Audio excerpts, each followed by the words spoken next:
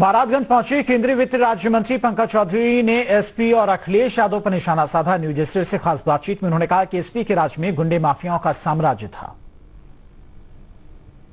हमारे साथ बातचीत करने के लिए केंद्रीय वित्त राज्य मंत्री पंकज चौधरी जी हैं। सर, सपा प्रमुख अखिलेश यादव ने कहा है कि शहर में जहां भी जमीनें मिलती हैं, भाजपा के लोग उसको कब्जा करने के लिए तमाम प्रकार की रणनीति रचते हैं। इससे आप किस हद तक सहमत हैं, क्या कहेंगे? देखिए, मैं नहीं कहता हूं कि आप सब देखें कि सपा की सरकार 10 साल इस प्रदेश में रही है और जिस प्रकार से सपा के समय गुंडई राज चलता था, जिसकी जमीन खाली हो, जिसका दुकान खाली हो, कब्जा कर लिया जाता था।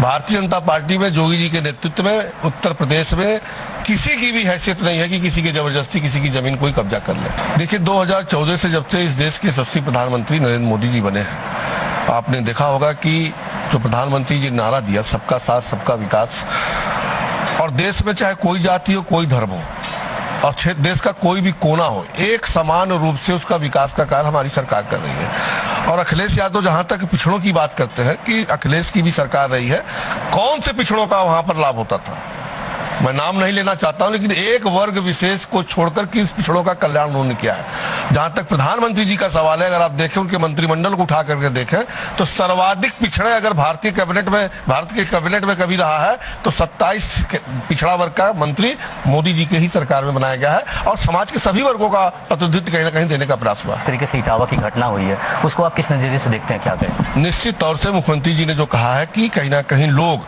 जातीय आधार पर उसको तूल देना चाहते हैं। एक घटना थी, आदमी गया प्रवचन करने, जात उसकी दूसरी निकली, गांव के लोगों ने आपत्ति किया, एक घटना तक हो गई घटना।